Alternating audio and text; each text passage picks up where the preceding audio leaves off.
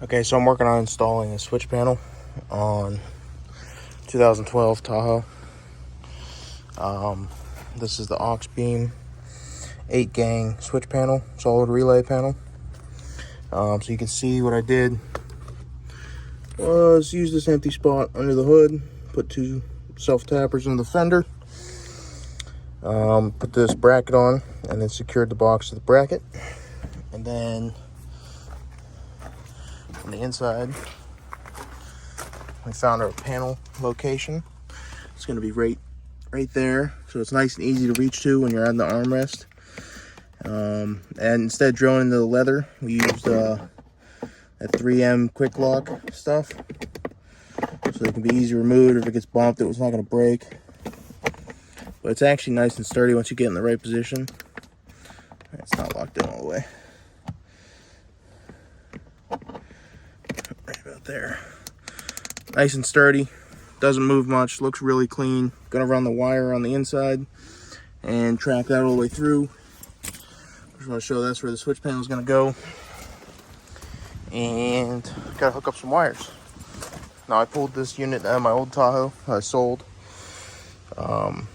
And the other one we had to go to the battery, but I think we'll be able to use this fuse box. There's 2 lugs right under here that these trailer plugs go into. I think we'll be able to get away with using that.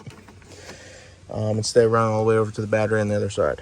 So just want to show the bracket and the thing. You see, put the cover on. Looks really pretty clean. If you do a good job with cable management, wire management, you'll be in good shape. So gonna route the cables and we'll have this hooked up. Actually don't have any lights to put on yet, but they're on order. So when they come in, we'll put some lights behind the grill. And I don't know, maybe some rock lights or other stuff. But I want to have this in because I like having this instead of running switches everywhere. It's a pain in the butt. So I'm going to hook this up. I'll run some wires and jump to the next clip. Okay, now we got the box installed. You have to run the switch panel cable, which is the braided cable. It plugs in there. Ran that along there into the firewall grommet down there. The small one all the way right down there. Then brought that cable through here, up above that HVAC vent right there. You see the cable right there, tucks behind the trim, goes into the center console. We pull the cup holder out. We have our cable right there. And I drilled a hole base of the center console right there. That cable's gonna come out of there, plug right into where the switch panel is. So I'll do that real quick and show you the finished product. Okay, so you can see, ran the inside cable up to here to the switch panel. Gonna push all this extra cable down. Tuck it all away so that there's barely any trace cable. Click that back on. And then we'll put our cover mat back in, just like that.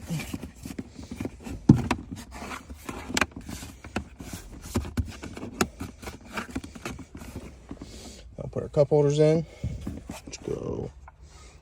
Maybe. You can see how clean that looks. Nice and secure. Boom. Switch panel installed. Got to run the power and ground for it. And hook up some lights, but the lights are on order, so don't have those yet.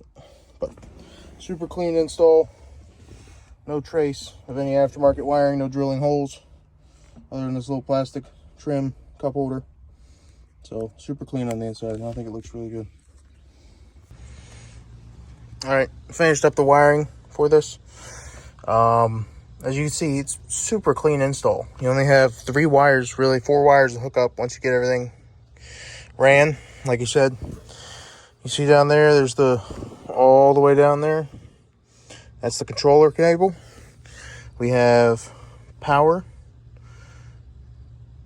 ground, and then the switch power lead, which is this one. I have this tied into fuse 43, which is just a miscellaneous ignition fuse. So you can see I have ground going in between the support and the body. Checked it with the voltmeter.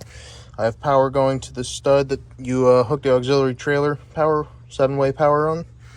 Like I said, fuse 43, I added a tap fuse thing. And you can see this is just a demo light. I'm not going to use this light on the truck. But tie that into that fuse, which is 30, which was on my old truck a horn.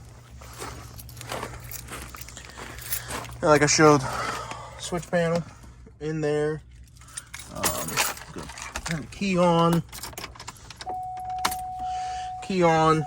Switch panel comes on. And if I hit, I think it's air. That's those stickers wrong because it was my old setup. And come over here, and the light's on. So super easy way to do a switch panel. Lets you program different modes, like a strobe mode or a bunch of different modes, and you can have all this on. You can change the backlighting color. You kill everything, turn them all back on, save your pattern. Light on, light off. Super clean install. You can see, I mean, it looks damn near like it's so stealth. And then when you're sitting in the driver's seat, this is the most comfortable position I've ever had switches. My arm sits right here, so I can just memorize the switch panel, like almost like a controller, and just remember, be able to flip switches real quick without even having to look or reach. And then yeah, it's on the key. The wiring's nice and tidy, so when I get my lights or other accessories, I won't have to mess with any wiring other than running the output wires to this bank of fuses right here. So overall, I think it looks super good, super clean. I'll get this back in here.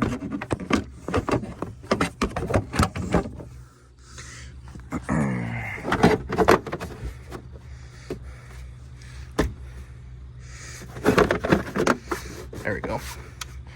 Take that, put that on. Take my fuse cover. And you put your fuse cover on. Just like that. And pretty clean wiring, you know, doesn't look bad. Not like a rat's nest or anything. So, yeah, pretty happy. So, I'll do a video with the next lights I put on this, but for now, very happy with how the switch panel came out. I think it's a great spot and a great install. Thanks. See you in the next video.